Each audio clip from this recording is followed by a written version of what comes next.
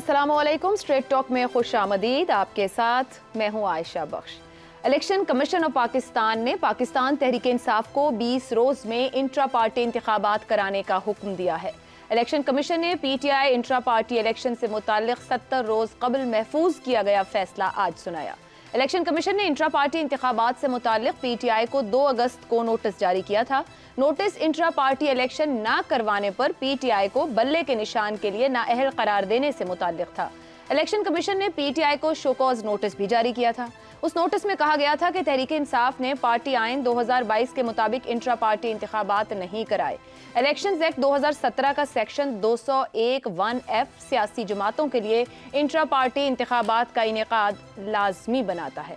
इसमें लिखा है, एक सियासी जमात अपना आइन बनाएगी, उसे जिस नाम से भी पुकारा जाए उस आइन में सियासी जमात के ओहदेदारों के इंतखाब, इख्तियारात, ओहदेदारों की तादाद बाशमूल माली फैसला साजी, अवामी दफातर और कानून साज इदारों के इंतखाब के लिए पार्टी उम्मीदवारों का इंतखाब या नामजदगी सियासी जमात के आइन में तरमीम का तरीक़ाकार बताया जाएगा। इलेक्शन एक्ट 2017 के सेक्शन 209(1) में कहा गया है कि एक सियासी जमात इंट्रा पार्टी इंतखाबात की तकमील के 7 दिन के अंदर अंदर पार्टी सरबराह के जरिए इख्तियार करदा एक एक ओहदेदार के दस्तखत शुदा सर्टिफिकेट इलेक्शन कमीशन को जमा करवाएगी, जिसमें यह वाज़ेह किया जाएगा कि इंट्रा पार्टी इंतखाबात सियासी जमात के एक्ट के मुताबिक मुनक़िद किए गए थे। दफ़ा 215(1) इंतखाबी निशानात के लिए सियासी जमातों की अहलियत से मुताल्लिक है। इस सेक्शन में लिखा गया है कि इंतखाबी निशान हासिल करने के लिए पार्टी की अहलियत के बारे में बताया गया है कि किसी भी दूसरे कानून में मौजूद इस एक्ट के तहत इंदराज शुदा सियासी जमात पार्लियामेंट, सूबाई असम्बलियों और लोकल गवर्नमेंट के लिए इलेक्शन लड़ने के लिए इंतखाबी निशान हासिल करने की उसी सूरत अहल होगी जब सेक्शन 202, 206, 209 और 210 के तकाज़ों को पूरा करने का ऐलान किया जाएगा।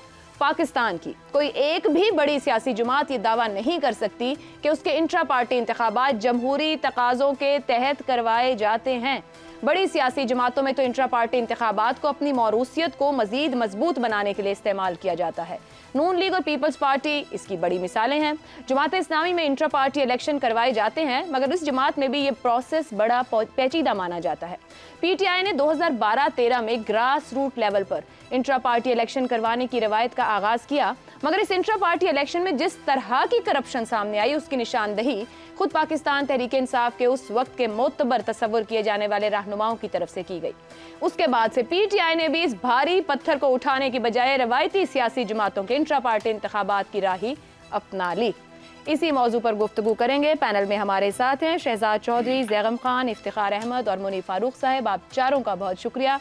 प्रोग्राम का आप सबसे पहला सवाल, PTI को 20 रोज में इंट्रा पार्टी इंतखाबात करवाने का हुक्म, चेयरमैन PTI, सदर, vice chairman, central vice president जेल में, क्या चेयरमैन PTI अपनी जमात बचा पाएंगे? मुनीर साहब, आप हमारे साथ हैं, आपसे आगाज करना चाहूंगी। सवाल के ऊपर आने से पहले ये बता दीजिएगा क्या इमरान खान इस इंट्रा पार्टी इंतखाबात में चेयरमैन PTI बन पाएंगे? बहुत शुक्रिया। देखिए, अगर तो हम उस बुनियाद को अपना मेयार बनाएं जो हमारे सामने रखी थी सुप्रीम कोर्ट के उस फैसले में, जिसको उमर अता बंदयाल साहब ने भी तहरीर किया, जिसमें मियां नवाज शरीफ साहब को पार्टी की सरबराही से अलहदा किया गया और उसकी तावील ये पेश की गई कि जो पार्टी की सदारत है या पार्टी की रहनुमाई है वो उसकी इतनी सेक्रोसेंस है कि कोई भी शख्स जो कि मजलिस शूरा का मेंबर नहीं बन सकता वो कैसे पार्टी के मामलात को चला सकता है फेयरली, और वो किसी तरह से भी इस काबिल नहीं है कि वो पार्टी की सदारत अपने पास रखे या पार्टी का सदर या चेयरमैन मुंतखब हो सके। अगर उसी बुनियाद को हम यहाँ पर भी रखते हैं तो फिर इमरान खान साहब तो सिरे से ये पार्टी के इंतखाबात कंटेस्ट ही नहीं कर पाएंगे, इसलिए क्योंकि इमरान खान साहब की तोशाखाना केस के अंदर सजा हुई है, वो सजा मुअत्तल है लेकिन उनकी कन्विक्शन स्टैंड करती है, लिहाजा कोई भी कन्विक्टेड शख्स मजलिस शूरा का मेंबर नहीं बन सकता। सो बाय वर्च्यू ऑफ दैट जो इमरान खान साहब है, बदकिस्मती से वो अपनी जमात के चेयरमैन नहीं रह सकते। ये एक बुनियादी सुकम और बुनियादी मसला इस पूरे मामले में है। अलबत्ता जो मामला फिर पिछले साल हुआ जिसमें 2022 के अंदर पंजाब असम्बली की तहलील वाला मामला था, जिसमें नई तशरीह दी गई डिफेक्शन लॉ को, उसके अंदर बाकायदा तौर पर ये फिर पार्लिमानी लीडर और जो पार्टी का सदर है उसके इख्तियारात के ऊपर बहस की गई और एक नई तावील पेश की उमर अता बंदियाल साहब ने, जिसके अंदर उन्होंने अपनी की हुई बातों की नफी की। बहरहाल वो डिबेट एक और नुक्ता फिर उसको उजागर कर देती है, लेकिन अगर हम इसे यहाँ तक रिस्ट्रिक्ट करें तो इससे बात साफ जाहिर है कि इमरान खान साहब कन्विक्टेड होने की वजह से पार्टी इंतखाबात के अंदर हिस्सा नहीं। अच्छा, मगर साथ अब ये फरमा दीजिएगा, वो तो हिस्सा नहीं ले पाएंगे, लेकिन ये इस इलेक्शन का कंडक्ट होना 20 रोज के अंदर, या एक ये भी इस पे बात हो रही है कि रिलीफ मिल सकता है अगर अदालत में जाके चैलेंज कर देते हैं इलेक्शन कमीशन के फैसले को। आपके ख्याल में किस हद तक का रिलीफ मुमकिन हो पाएगा? 2.5 महीने के अंदर तो इलेक्शन भी होना है। देखिए, फैसला अब इस पे जो पाकिस्तान तहरीक इंसाफ का मौक़िफ़ है वो बड़ा दिलचस्प है। उनका ये कहना है कि वर्बली ये मामला तस्लीम कर लिया गया था कि कोई डिस्क्रेपेंसी थी, वो दूर हो गई, और उसके अंदर कोई ऐसी चीज नहीं थी कि पाकिस्तान तहरीक इंसाफ ने कोई बहुत ही गैर आईनी या गैर कानूनी काम किया। ये उनके वकील जो है बैरिस्टर गौर खान साहब, वो बड़े लायक वकील हैं, उनका ये मौक़िफ़ है कि जी ये इलेक्शन कमीशन ने हमारे साथ जो आज किया है ये एक स्पेशल पर्पस के लिए किया गया है, और इसका मकसद सिर्फ ये है कि इमरान खान को पार्टी की चेयरमैनशिप से भी हटाया जाए और अमली सियासत से दूर रखा जाए। अलबत्ता जो वक्त दिया गया है, मुझे नहीं लगता कि आम हालात के अंदर भी उसके अंदर इंतखाबात मुमकिन थे। इस वक्त तो पाकिस्तान तहरीक इंसाफ का शिराजा बिखरा हुआ है। पार्टी के प्रेसिडेंट जेल में है, जैसे आपने भी मेंशन किया, वाइस चेयरमैन जेल में है, चेयरमैन जेल में है, सेक्रेटरी जनरल का कुछ अता पता नहीं है कि वो कौन है। एक सीनियर वाइस प्रेसिडेंट को बनाया गया है, लेकिन नोटिस जारी करते रहते हैं सेक्रेटरी जनरल। लेकिन बात यह है कि वो मैं इसलिए उनका कहा कि वो अता पता नहीं है कि देखिए वो अभी अपने वालिद जब उनका इंतकाल हुआ तो वो जनाजे में तशरीफ लाए, लेकिन उसके बाद क्या वो सियासी एक्टिविटीज के अंदर इन्वॉल्व हो रहे हैं या नहीं, मुझे नहीं लगता कि उनको इतनी खुली आज़ादी या छुट्टी है कि वो इस वक्त इन मामलात के अंदर इन्वॉल्व हो। लेकिन पार्टी के इंतखाबात ऐसी सूरत हाल में मुझे तो होना बहुत मुश्किल नजर आते हैं। हाँ, अगर वो अदालत के अंदर ले जाएं और इसके ऊपर इस फैसले को मुअत्तल करवा दें और कोई ऐसा ऑर्डर अदालत से ले लें कि जी ये हम जरूर करवा देंगे, लेकिन क्योंकि इंतखाबात बिल्कुल करीब है और अगर हमारे इंतखाबी निशान बल्ले से हमें डिप्राइव किया गया तो ये हमारे वोटर को डिसएनफ्रेंचाइज करने के मुतरादिफ होगा, लिहाजा अदालत इसमें कोई एक्सटेंशन दे दे तो अदालत की सवाबदीद है वो दे भी सकती है। दुरुस्त हो गया। इफ्तिखार साहब मैं आपकी जानिब आऊं, जो कहा गया कि 20 रोज के अंदर कराएं इलेक्शन, रवि जो मुनीब साहब कह रहे हैं कि मुश्किल नजर आता है। माजी में हमने देखा कि निशान बदले भी जमातों के, पीपल्स पार्टी तलवार से तीर पर आई, मुस्लिम लीग साइकिल से शेर पर आई।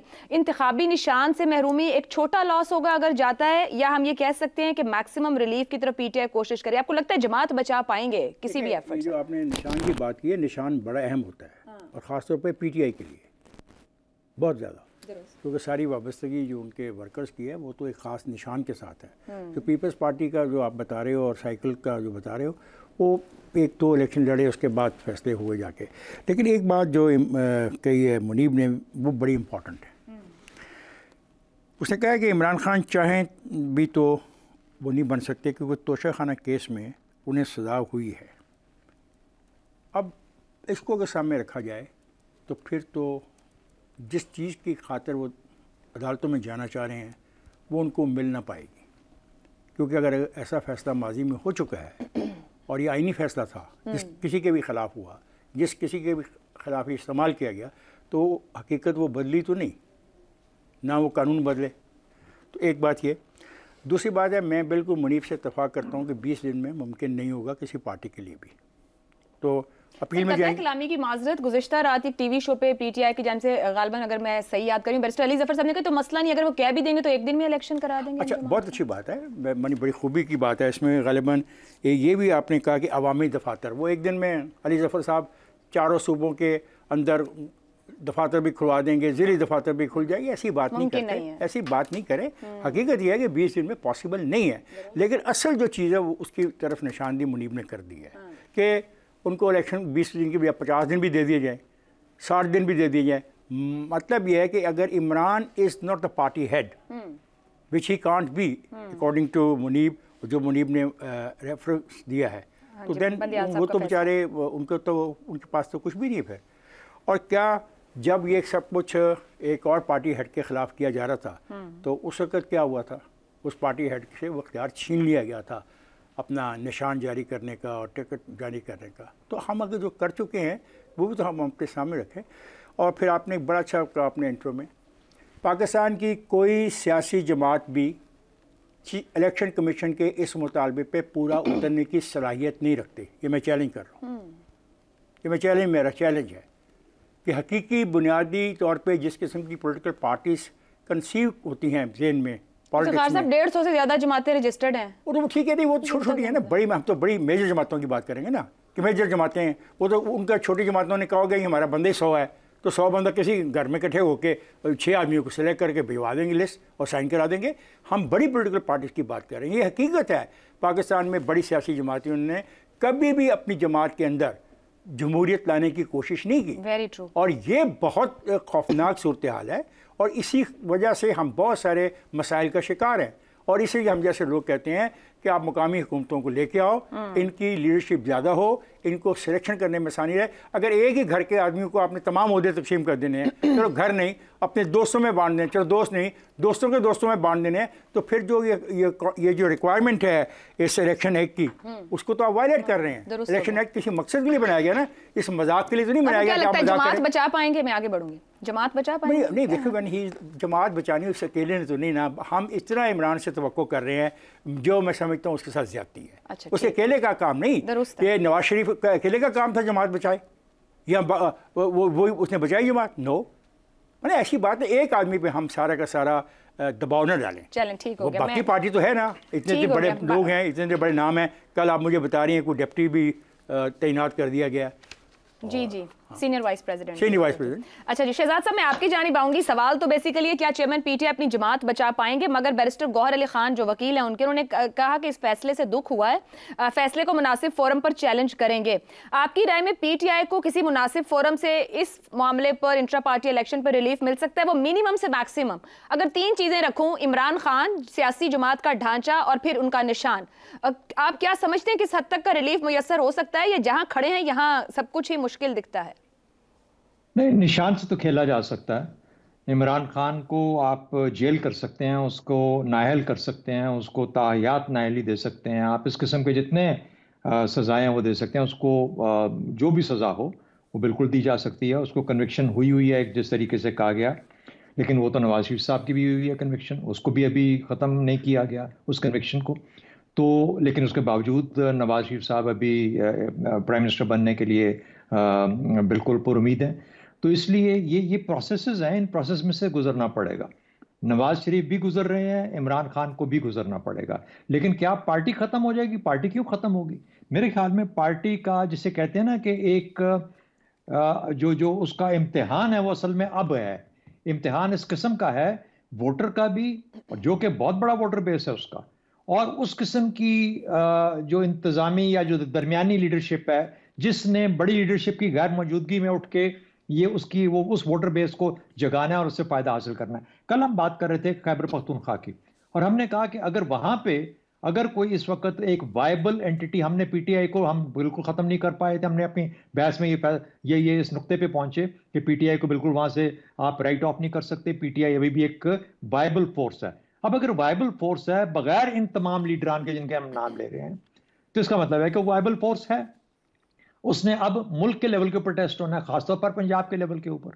तो इसलिए मेरा नहीं ख्याल कि पीटीआई को ख़त्म किया जा सकता है। बाकी जो चंद चीज़ें सुप्रीम कोर्ट के ने बड़ा क्लियरली बोला, ताहयात नाअहली नवाज शरीफ साहब की, उन्होंने बड़ा क्लियरली सुप्रीम कोर्ट ने कहा कि ये अपनी पार्टी के सदर नहीं हो सकते। अभी इस किस्म के जो सजाएं हैं वो अभी इमरान खान के मामले में नहीं आई। एक लोअर ट्रायल कोर्ट से आया तोशाखाना के लिए, वो अपील में आई एम श्योर या जा रहा होगा या पूरी प्रोसेस को वो चैलेंज कर रहे हैं जो भी उनके वकला हैं।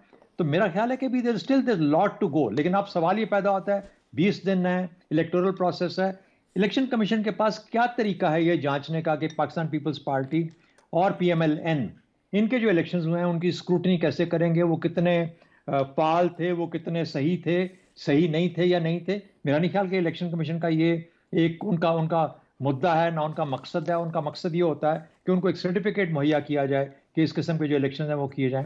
एक पार्टी के लिए फोकस करना, टारगेट करना इलेक्शन कमीशन को नहीं चाहिए, वो ये ना करे, क्योंकि कम से कम जब तक वो अपना रोल एक न्यूट्रल प्लेयर के तौर पर नहीं रखेगा तो फिर अभी से ही इस तमाम प्रोसेस जो कि इलेक्टोरल प्रोसेस हमारी अपनी सबकी इस मुल्क की बका के लिए इंपॉर्टेंट है, उसके ऊपर सवालात खड़े हो जाएंगे।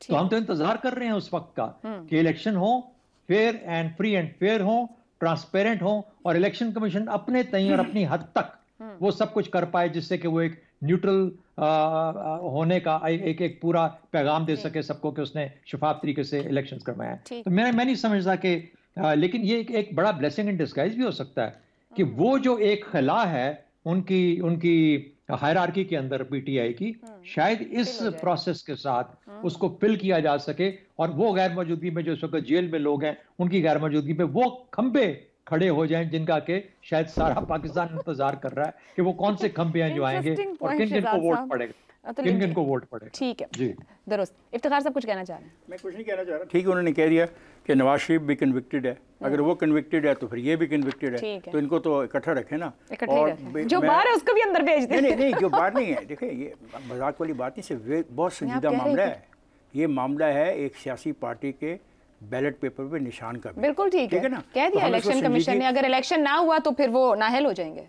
तो संजीदगी से हम इसको लें, अगर हाँ, काश वो भी संजीदगी से लें जिनके बारे में आपने खुद कहा है कि वो तो अपना इंतखाब भी जमहूरी तौर नहीं कराते। सारे नहीं कराते, सारे नहीं कराते। मैं एक की बात नहीं कर रहा, मैं एक ऐसा तजियाकार हूँ, मेरे नज़दीक अलिफ बे और जीम दाल में कोई फ़र्क नहीं है। अगर ए गलत है और बी भी वो गलती कर रहा है और सी भी गलती कर रहा है तो मुझे बी और सी का भी नाम लेना चाहिए। मेरा ए से कोई रिश्तेदारी नहीं है। अब सवाल है कि अगर ये कानून है, जैसा कि मैंने कहा, अगर इलेक्शन एक्ट 2017 में ऐसी रिक्वायरमेंट है तो दूसरी सियासी पार्टियों ने क्या वो पूरी कर दी?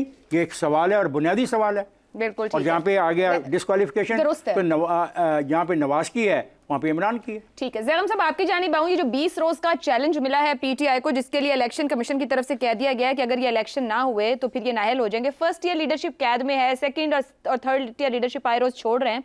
बल्कि हमारे एक कलीग हैं इस्लामाबाद से, जाहिद गिशकोरी, उन्होंने तो अभी कुछ देर पहले एक वो लगाया भी, वो इस पर काम कर रहे हैं गालबन, कि 478 एमपीज में से 230 छोड़ गए हैं, 183 इंटैक्ट हैं और 65 टाइटली लिप्ड हैं। ये सूरत हाल सामने रखी जाए तो क्या ये इंट्रा पार्टी इलेक्शन पीटीआई में बड़ी तकसीम का सबब बन सकते हैं? जो इलेक्शन कमीशन है उसने पीटीआई की लीडरशिप का हुमा उड़ा दिया है। अब देखें वो किसके सर पे बैठता है। अच्छा। और पीटीआई के लिए इसके बहुत कॉन्सिक्वेंसेस हैं। इसलिए कि जिसके पास पार्टी की चेयरमैनशिप होगी उसका मुंतखब नुमाइंदों पर एक बड़ी हद तक आईनी और कानूनी कंट्रोल होगा।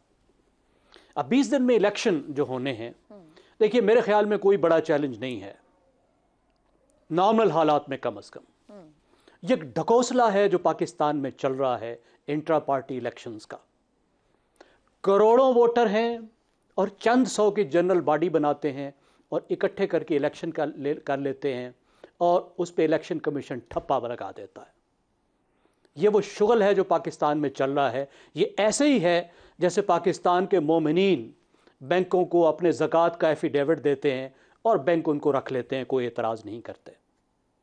तो ये पाकिस्तान की तारीख में पहली दफ़ा हुआ है कि इलेक्शन कमीशन को ख्याल आया कि ज़रा खोल के देखें कि क्या ये पार्टी के अपने आइन के मुताबिक इलेक्शन हुए हैं या नहीं हुए। इससे पहले कभी नहीं हुआ। आज तक इलेक्शन कमीशन ने किसी पार्टी से नहीं कहा कि पुत्रो तुम्हारे करोड़ों वोट हैं तो तुम्हारी जनरल बॉडी किधर से 500 की हो गई, तुम्हारी ग्रास रूट ऑर्गेनाइजेशन किधर है, तुम्हारे जिले की ऑर्गेनाइजेशन किधर है, प्रोविंसेस की ऑर्गेनाइजेशन किधर है, किस तरीके से तुम ऐसा लीडर मुंतखब कर लेते हो जो पूरे मुल्क का जो है वो वजीर आजम बनता है। इतनी बड़ी पार्टी को चला, कभी कुछ नहीं पूछा गया। तो चलें, जाग गया इलेक्शन कमीशन, बहुत मुबारक हो, जो भी जागता जाए, बस दोबारा सोए ना।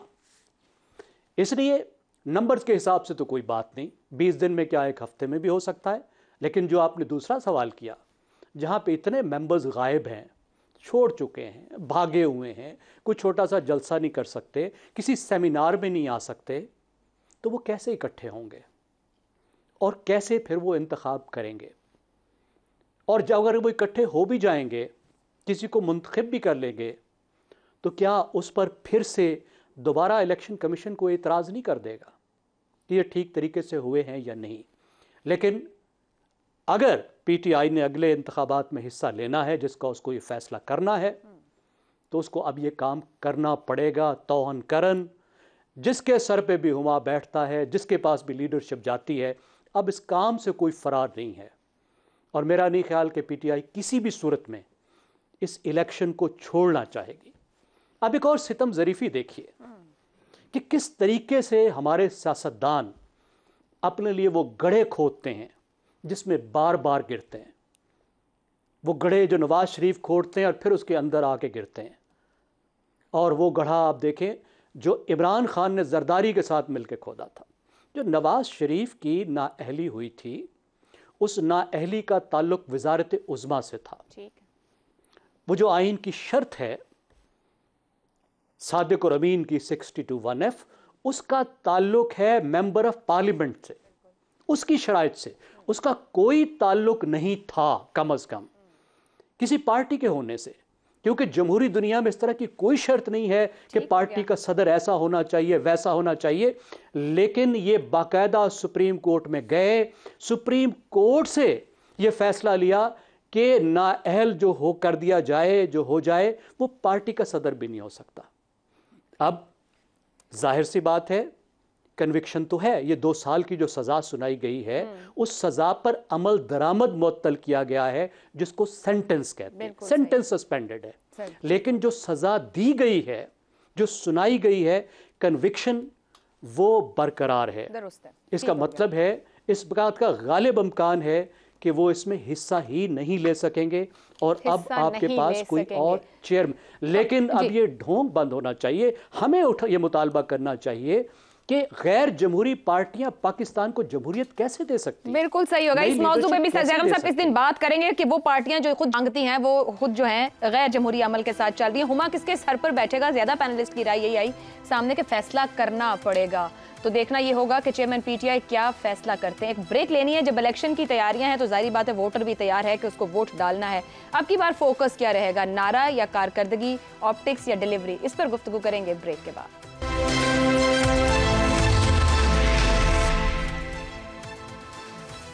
प्रोग्राम में आपको एक बार फिर खुशामदीद कहेंगे। बिलावल भुट्टो जरदारी रोजाना की बुनियाद पर जलसों के जरिए जहां अवाम से बुलंदो बांग दावे कर रहे हैं, वहीं वो तवातुर के साथ ये बात भी कर रहे हैं कि पुराने सियासतदान जिस तरह से सियासत कर रहे हैं उससे अवाम की तकलीफ मजीद बढ़ेंगी।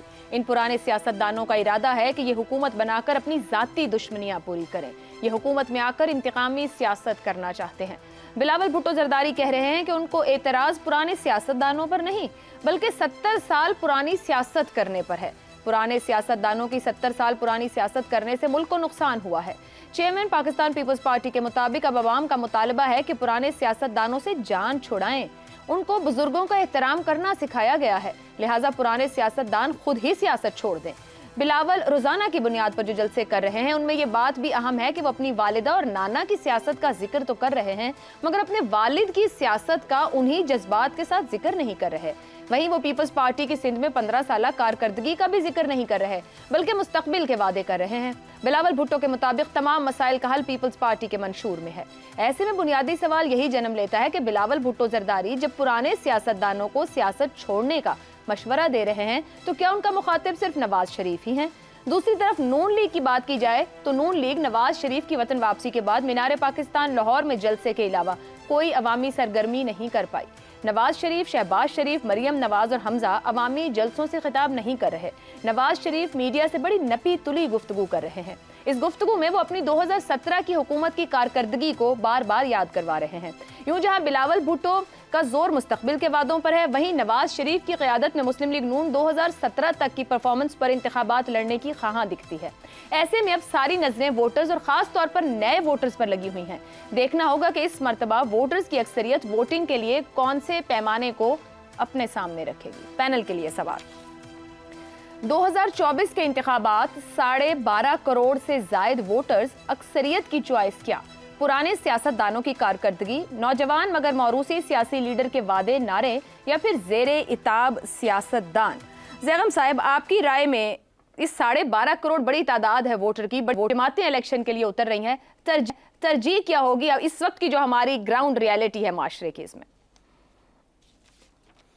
देखिए, मुख्तलिफ इलाकों की, मुख्तलिफ गिरोहों की, मुख्तलिफ उम्र के लोगों की मुख्तलिफ तरजीहात होती हैं जो इलेक्शन में सामने आएंगी। पाकिस्तान एक बड़ा मुतनव्वे मुल्क है, यहाँ का मुतनव्वे वोटर है और जो बड़ी बड़ी पार्टियाँ होती हैं वो कैच ऑल पार्टियाँ होती हैं, वो मुख्तलिफ तरह के डेमोग्राफिक्स को अपने पास जमा करती हैं।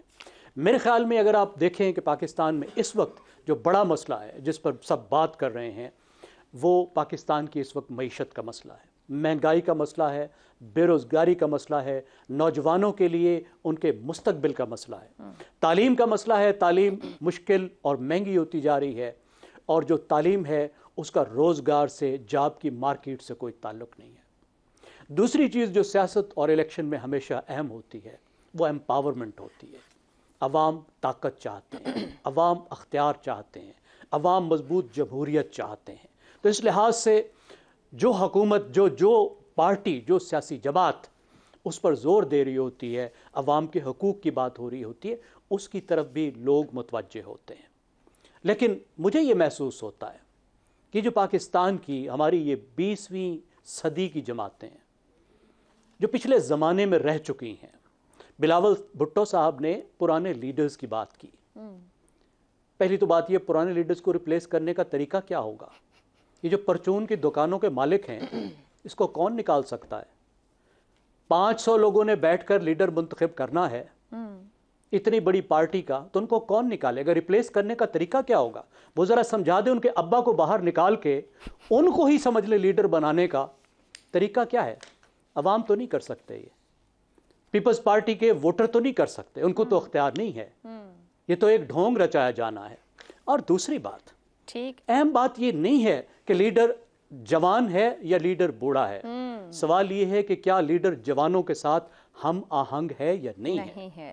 और हमारे यहाँ जो मसला है वो ये है कि पार्टियां बूढ़ी हो गई हैं। पार्टियां 50 साल पिछले दौर में फंसी हुई हैं। दुनिया भर में पार्टियां जवान होती रहती हैं। पार्टी 100 साल पुरानी होती है, 200 साल पुरानी होती है, लेकिन वो 10 साल पहले अपने आप को जवान कर चुकी होती है, नई लीडरशिप ला चुकी होती है, नए वादे ला चुकी होती है, नई पॉलिसियां ला चुकी होती है। हमारे यहाँ तो वो रिन्यूअल का अमल ना लीडरशिप की सतह पर है, ना पार्टियों की सतह पर है। इसलिए एक बहरान है जिसमें मुझे लगता है कि हमारी पार्टियां बड़ी तादाद में अवाम से कटी हुई हैं, और अगले चंद सालों में मैं समझता हूं हमारा सियासी मंजरनामा बहुत बदलेगा। मुनीब साहब, अगर आपकी जानिब आऊं, मसाइल को हल करने का विजन या आवाम को एम्पावर करने का विजन, आपको क्या लगता है किस बात को सोच के वोटर किस जमात की तरफ बढ़ेंगे, किस तरह का लीडर चाहेंगे? देखिए, वोटर के पास तो ऑप्शंस कोई इतनी खातिर खा इसलिए नहीं है कि अभी हमें ये नहीं पता कि इस वक्त वोटर का ट्रेंड क्या है, वोटर किस जमात को वोट करना चाहता है। जो लास्ट टेस्टमेंट हमारे सामने था पाकिस्तान तहरीक इंसाफ के हक में था 2022 में, आज क्या सूरत हाल है इसका अंदाजा सिर्फ इलेक्शन डे पर ही हो सकता है। लेकिन वोटर तो यकीनी तौर पर चाहेगा कि लीडरशिप अच्छी हो, या कम से कम बुनियादी मसाइल का हल समझना चाहती हो या उसका हल देना चाहती हो। लेकिन जो सियासी जमात है और सियासी जमातों के अंदर विराजमान सियासी क़यादतें हैं, उनका जो इस वक्त पूरा फोकस है वो खुद की कबूलियत का है, और वो कबूलियत पाकिस्तान के मुख्तदर हलकों के सामने रखी जाती है। यानी कौन किसके कितने करीब है, कौन किसका कितना मंजूर नजर है, और कौन किसको कितना कबूल है। यही मेरे ख्याल में एक बुनियादी नुक्ता है जिसके गिर्द हमारे मुल्क की सियासत घूमती रही है। हमारे मुल्क में हुकूमतें बनी, बिगड़ी, लाई गई, प्रोजेक्ट्स किए गए, प्रोजेक्ट्स फेल हुए, प्रोजेक्ट्स रोग हुए, प्रोजेक्ट्स बैकफायर कर गए। ये तमाम काम वो है जो तजर्बे हमारे जो एस्टेब्लिशमेंट में बैठे दोस्त हैं उनकी जानिब से किए गए। और फिर मजे की बात यह है कि वन आफ्टर दी अदर वो मामलात फिर चलते ही रहते हैं, वो दुरुस्त नहीं होते। तो अब मैं सिर्फ ये कहूंगा कि क्या ही अच्छा हो कि कम से कम कोई ऑर्गेनिक काम हो जाए, जरा थोड़ा सा बेहतर माहौल हो जाए। वो ये मेरी ख्वाहिश हो सकती है, लेकिन मुझे अभी वो फौरी तौर पर होता हुआ नजर नहीं आता। ठीक हो गया, बड़ा अच्छा नुक्ता रखा है कि ऑर्गेनिक हो जाए। ऑर्गेनिक पे बड़ा जोर भी है लोगों का अपनी मेंटल फिजिकल हेल्थ के लिए, लेकिन क्या हमारे पास ऑर्गेनिक सियासतदान भी मौजूद है? ब्रेक लेते हैं, ब्रेक से वापस आएंगे तो शहजाद साहब और इफ्तिखार साहब की राय जानेंगे।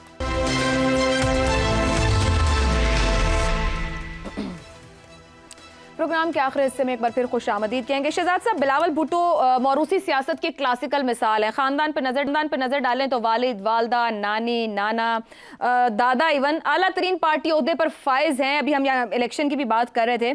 सियासत, एक पुराने सियासतदान के वज़ीर ख़ारजा रहे हैं जो कहते रहे कि अपनी हुकूमत के वज़ीर आज़म, अभी उन पर तनकीद कर रहे हैं। क्या समझ रहे हैं आप, जो कुछ वो कन्वे करना चाह रहे हैं वो वोटर समझ पाएगा, जो कुछ नवाज शरीफ साहब बता रहे हैं वो वोटर समझ पाएगा, जो ज़ेरे इताब इमरान खान है जो वो कन्वे करना चाह रहे हैं, वोटर के लिए वो अपील होगी?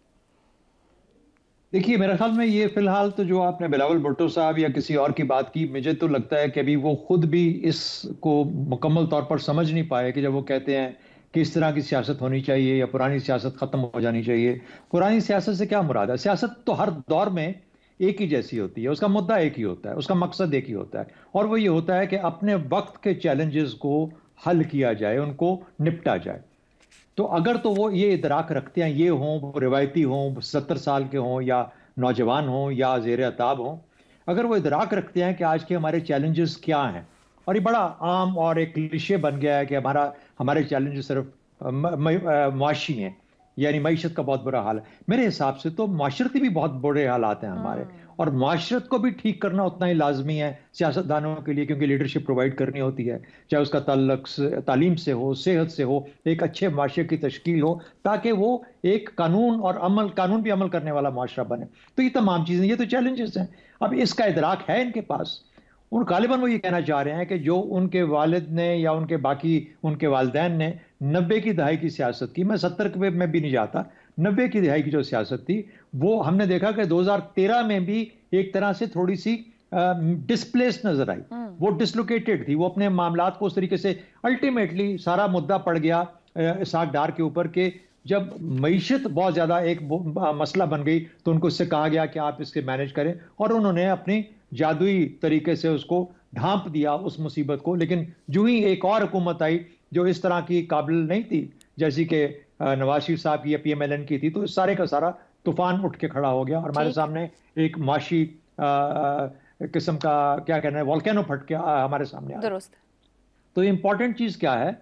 इंपॉर्टेंट ये नहीं है कि इनमें से किसको देखना चाहिए, इंपॉर्टेंट ये है कि क्या जो कह रहे हैं कि हमें मौका दिया जाए, वो समझ रखते हैं। मुझे तो फिक्र ये है कि ये जो, हालांकि हम ट्रांजिशन में हैं, इस वक्त ट्रांजिशन में है, बिलावल भुट्टो भी हैं, बाकी ये PMLN भी आगे बढ़ना चाह रही है, किसी और तरफ को देना चाह रही है, अगली नस्ल को शिफ्ट करना चाह रही है। इनमें काबिलियत है ये चीजें समझने, ठीक हो गया। और जब तक ये लोग इस काबिलियत को, खुद काम तो इन्होंने किया नहीं कभी की जिंदगी में, बिल्कुल, पढ़ते बढ़ते पता नहीं कितना पढ़ते हैं या जानते हैं इन चीजों को, मतलब सिर्फ और सिर्फ बातें सुन के और क्लिशेस के अंदर और रेटरिक के साथ हमें सियासत करना, तो आप मेरे हाल में वक्त की रिक्वायरमेंट नहीं है। एक चीज और है, मैं ये जरूर कहूंगा कि जो एक और जेरे सरफेस के नीचे जो एक इश्ताल की कैफियत है, ये उसका एक इम्तिहान होगा, और उससे हमारी सियासत कोई पलटा खा जाएगी, किस शक्ल में निकलेगी, अगर वो इफेक्टिव हो जाता है। तो ये भी एक किसी चीज है जो कि इस मामले को या इस वक्त थोड़ा सा नाजुक बना देखना पड़ेगा। इफ्तिखार साहब, जो बात कर रहे हैं, जो पैगाम दे रही हैं पॉलिटिकल पार्टीज या पॉलिटिकल लीडर्स, क्या वो ये समझ रहे हैं कि अवाम के जो मसाइल हैं उनको हल करने का विजन उनके पास मौजूद है, वो है, या सिर्फ नारा है या पुरानी बातें हैं? पहले तो इधर आइए ना, जो ज़ेरे ज़मीन इश्ताल डेवलप हो रहा है और जिसको शहजाद साहब महसूस कर रहे हैं, अब देख रहे हैं कि उस इश्ताल की सभी कर रहे हैं ना। नहीं, मैंने आपने कहा कि किसी और ने कहा था, मैं उनका नाम लेता, मैं कह देता हूँ, जो सभी महसूस कर रहे हैं कि ज़ेरे ज़मीन कोई तूफ़ान बपा होने वाला है, कुछ ज़लज़ले आने वाले हैं। इश्ताल, अब इश्ताल एक ऐसा लफ्ज़ है जिसकी कॉनोटेशन बहुत सारी हो सकती हैं। मुझे बहुत खौफ और ख़तरा महसूस होता है कि अगर मैं इस थ्योरी के साथ चला गया, क्योंकि मैं बहुत दफ़ा आपके प्रोग्राम में इस खदशे का इजहार कर चुका हूँ कि इलेक्शन में हारने वाली पार्टी पाकिस्तान के अंदर बहुत बड़ा तूफ़ान पैदा करने की सलाहियत रखती है, और 1977 में जो हुआ उसको दोबारा दोहराया भी जा सकता है, जिसके नतीजे में सियासी पार्टियों के दरमियान जब फैसला होने वाला था तो ज़ियाउल हक ने कहा कि अब आप घर जाएं, हम अपना फ़ैसला ख़ुद करेंगे। ये बहुत संगीन मामला होगा अगर ऐसा हुआ, ये जो अंडरग्राउंड इश्तिहार है। मैं बिल्कुल इत्तफ़ाक़ करता हूँ, इश्यूज़ हैं माशी, माशरती, सियासी और इंतज़ामी। अगर इनको कोई हैंडल करने की सलाहियत रखता है या हमें बताए कैसे करेगा। ठीक है, तकरीर तो कर रहे हैं ना, बूढ़ा जवान, ठीक है, मुझे पता है कि जो जवान आएंगे वो जो रिफॉर्म्स हैं इंतज़ामी सेक्टर में क्या करना चाहते हैं वो पेश करें। मुझे पसंद नहीं मैं उनको वोट दे दूंगा, नहीं पसंद नहीं तो मैं तनकीद करूंगा। ओपन तो करें ना, बिल्कुल ओपन तो करें, ओपन नहीं है कहीं भी। और सियासी क्या करना चाहते हैं, मतलब एक छोटी सी बात उसने की अपना कि हम 8वीं तरमीम के बारे में 18वीं तरमीम के बारे में एक रवैया लिया, एक छोटी सी बात, उसकी डिटेल पे आई ज़रा। माशरती रवैयों में तब्दीली करना बहुत ज़रूरी है। मुझे अभी नहीं समझ आ रही कि हमारी सारी लीडरशिप में कोई भी इस काबिल है कि जो माशरे में एक तूफ़ान बपा है, जिसको मेरे दोस्त ने कहा कि स्टाल एक अंडरग्राउंड चल रहा है, उसको कैसे मैनेज किया जाए। देखिए इलेक्शन तो होते रहेंगे, पाकिस्तान ने तो रहना है, पाकिस्तान एक रियलिटी है, मैं और आप रियलिटी नहीं है, हम आज हैं कल नहीं होंगे। और अगली बात जो है वो है मुआशी मामला। ये बिल्कुल ज़रूरी है कि हम तय करें कि किस किस्म के रवैये हम अपनाना चाहते हैं। IMF से कब तक हम पैसे लेते रहेंगे। मुझे ये बताया जाए कि पैसे कमाने का बेहतरीन तरीका पीपल्स पार्टी के पास क्या है, पाकिस्तान मुस्लिम लीग नून के पास क्या है, PTI के पास क्या है, के लिए ना? जो ये अवाम के लिए किस तरीके से हम पैसा कमाएं ताकि हम बाहर से कर्ज ना लें और हम अपनी ज़िंदगी को खुशगवार अंदाज में चलें। सो माशरती, सियासी और इंतज़ामी मामलात पर मुझे अब ब्लूप्रिंट चाहिए इनकी तरफ से, क्या पेश करते हैं, रोड मैप क्या है। और यही वोटर को अपने पास आने वाली पार्टी से पूछना चाहिए कि किस तरह माशी रवैये बेहतर हो सकते हैं और किस तरीके से अपने वोटर को ये लीडरशिप एम्पावर कर सकती है। आज के प्रोग्राम से इतना ही, मेहमानों का शुक्रिया, इजाज़त दीजिए, अल्लाह हाफ़िज़।